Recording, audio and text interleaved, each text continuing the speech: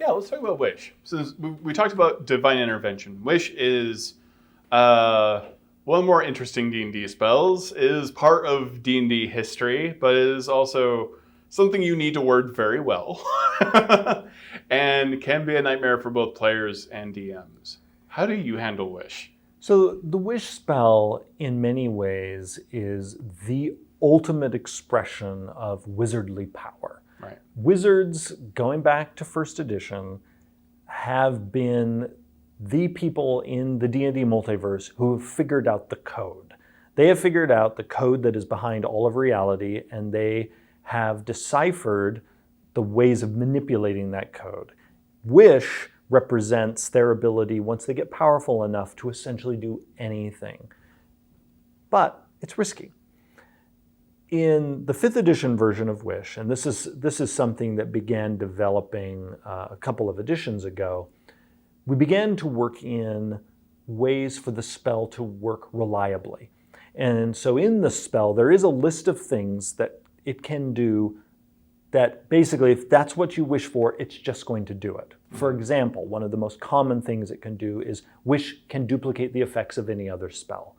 So if you go for that as a wizard, really what Wish is Wish is your back door into every other class's spell list, or it's your back door into the wizard spell list because there might be a spell on your own class's list that you haven't learned yet. Right.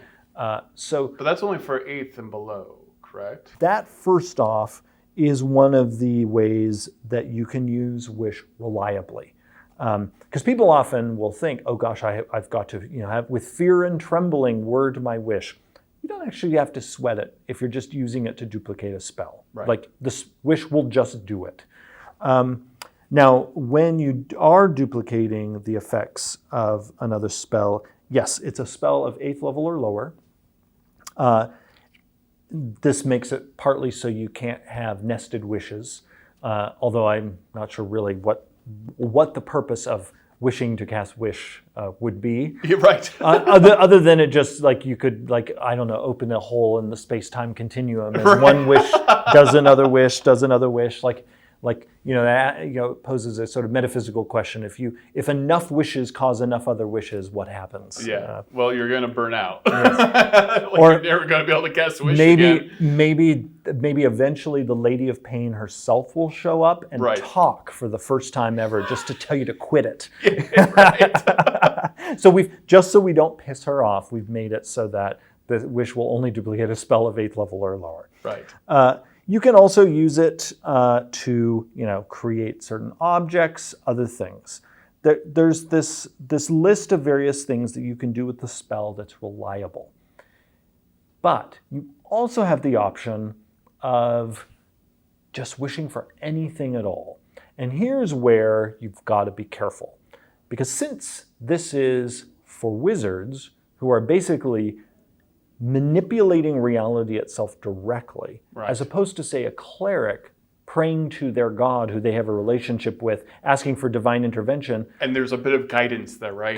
They know how the controls work. Right. A cleric is used to this relationship, and the cleric's relationship is two-sided. With the wizard casting Wish, it's one-sided. This is basically the wizard doing something to reality, and reality might not like it. And so reality might get fussy. And it's almost like the wizard is coding and needs to be careful, because reality isn't necessarily going to interpret the code of the wizard's wish in the wizard's favor. Now, some DMs could decide that it's actually an entity that is granting the wish. It could be a god, it could be a being like the Lady of Pain who is even, beyond gods, or, it could be some other nameless force out there in the multiverse that's answering these wishes. Whoever or whatever is granting the wishes, the implication in the spell is they're not necessarily on the wizard's side. Right. Now, they're also not trying to destroy the wizard. No. Like, your wish will happen. One way or another. Yes. But always, and it has been a long tradition of this spell that whatever force is granting the wish is kind of a poop. Yeah. is It's somewhat adversarial in its nature. Yeah, but you can imagine that even if, let's say, it's not an entity, where it is, as I was saying earlier, just reality itself, you can imagine the substance of reality being not excited to be stretched in ways it was not meant to be stretched. Right.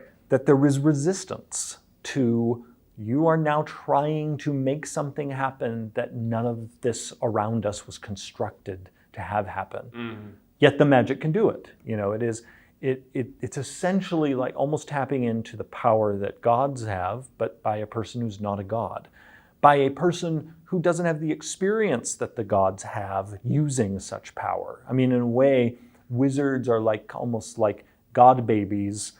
Like I figured out how to use this power. Right. But I have, no training. Yeah. I have not been tutored in this. I've not had, a safe laboratory where I can experiment and, do no harm. It can be dangerous or mischievous. I think the best outcomes when it comes to the open-ended wish is not necessarily to hurt the wizard, right, but to make something unexpected and preferably funny happen.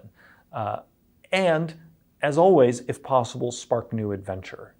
If the wizard, if they wish for something that causes, their limbs to be rearranged. Well, now the wizard has got to figure out how to have those limbs put back where they belong. Oh boy, yeah. I did have a player not wish that someone came back from the dead. Instead, they wished that person had never been hit by another god, the act that killed them.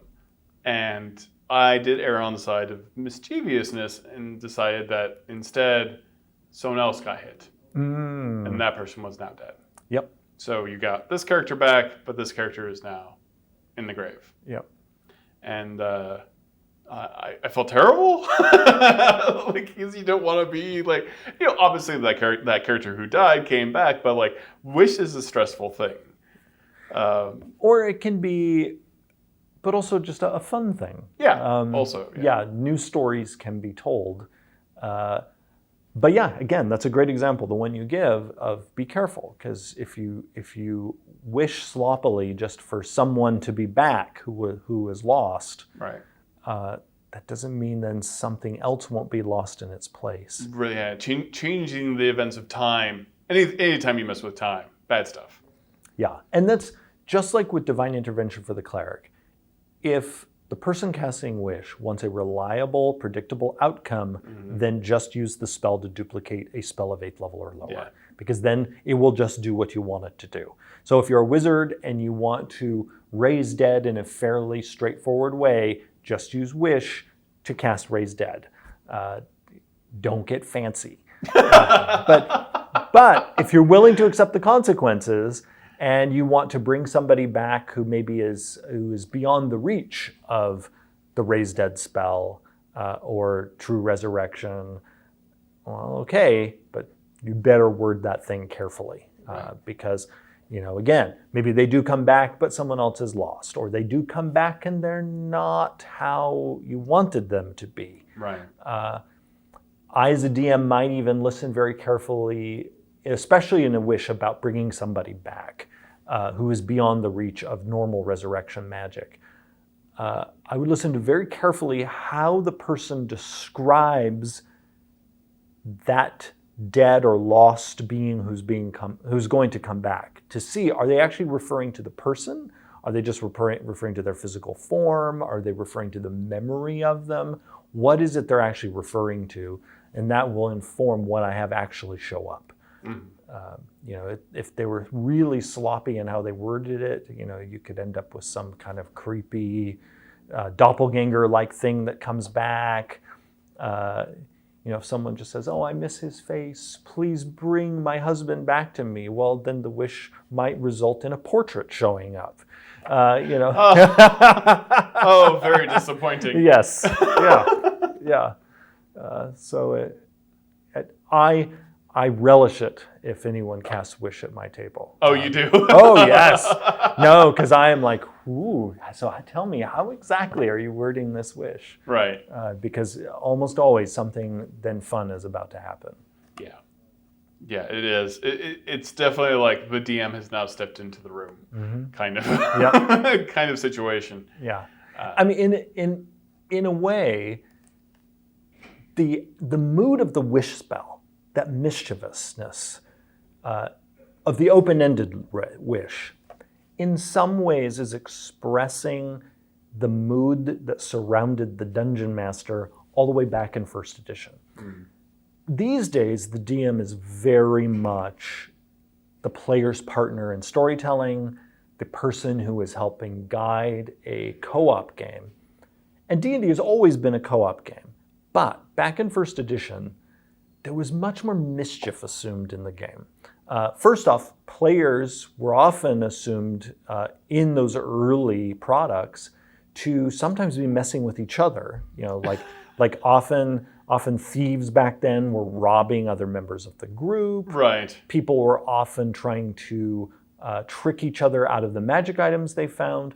But then on the other side of the DM screen, the DM was sometimes expected to not necessarily be an adversary, but also not necessarily your buddy. Right. Yeah, and that sort of mischievous person behind the curtain, it's almost like it has been captured in game mechanics form in the wish spell. Right. It does feel very first edition still. Yeah. Yeah. First edition was punishing. Yeah. Not horribly friendly, and you should not get too attached to your characters. Oh yeah, no, the lethality was high. Yeah, so much so that I'm pretty sure my main character, Eberron, who I've been playing since I was 8, is the only character that survived first edition. And then I never wanted to let him go. Like, I think I got him as far as like 10th, and I thought that was a miracle. And then I had grown so attached that I'm like, I had to take him to every edition after that. I mean, first edition is the only edition of the game that I have DM'd in which one of the groups of characters I was the DM for had so many deaths that they bought their own cemetery so that they had a place to just bury the members of the party who were constantly getting killed. And that was when I DM'd the original Temple of Elemental Evil. Oh, and my. It felt like every other session someone was dying. That's insane. Yeah. And that one character kept on surviving. Yeah. Oh. Usually. Okay, usually so there was just a graveyard. Yep, there was a graveyard. And you knew there was one character in the group in particular that all the other characters ended up hating, and so they decided not to bury them in the graveyard, and instead that character got stuffed under one of the beds in the Inn of the Welcome Wench. It was dark. Woof. First edition, those were different days. Those were rough days. First edition was a level drain. Yep. Yeah. Yeah. I'm not gonna lie, I like to bring a little bit of first edition back. I have I've created a magical item called Averon's Devouring Bag, where it's actually a demi-plane of first edition.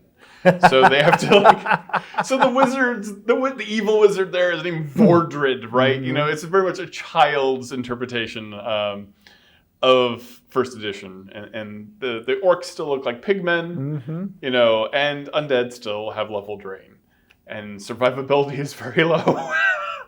But there's also that kind of weird cartoony charm to it as well. Yeah. It's a horrifying place. It's called Bag World. I think the players have called it Bag World at this point. So, do low-level wizards in Bag World only have like 1 or 2 hit yes. points? Yep. They're very weak, very fragile. And one spell to cast? One spell. Yeah. Yeah.